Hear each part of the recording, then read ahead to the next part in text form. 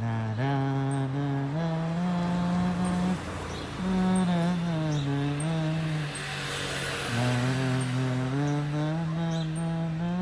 na, na. Bom dia, bom dia, bom dia. Hoje eu estou tão feliz. Bom dia, bom dia, bom dia.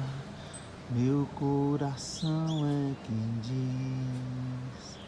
Bom dia, my friend. Good morning, my friend. How are you doing today? The Bible says, look at the rainbows, look at the birds. They don't worry about anything because I provide them everything. Imagine you. Don't you think I'm going to provide you everything? Opa! They flew, but they'll be back. Eles voaram, mas eles vão voltar. Aqui, ó. Olha onde eles estão aqui, ó. Ó. Ó. Todo mundo esperando. Já volta, ó. Ó. Tá vendo? A Bíblia fala assim, ó.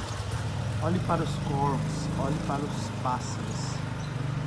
Eles não se preocupam com nada. Eu provejo para eles tudo. Sempre vou falar dessa passagem, porque olha isso. Look at this, how beautiful God is. Olha quão lindo Deus é.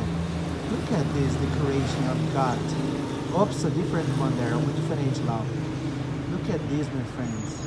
God provides everything to the birds. Imagine to you, my friend, you are His greatest creature.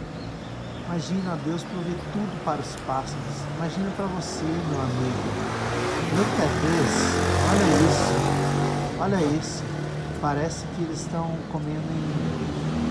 Olha como eles comem rápido. So nice. They eat so fast. They move their heads so fast. Eles mexem a cabeça muito rápido. Ó, I'm recording the birds because I want you to have more faith in God.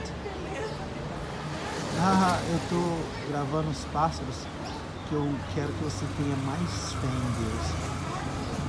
God will never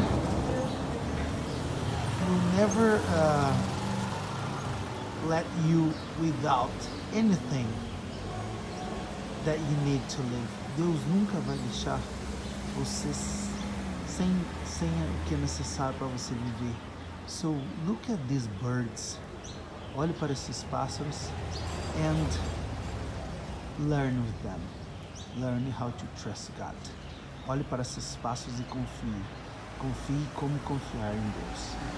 Aprenda a como confiar em Deus. Ok? Thank you so very much. Have a great day with the birds. Tenha ótimo dia com os pássaros. And remember, God loves you. Deus te ama. Bye.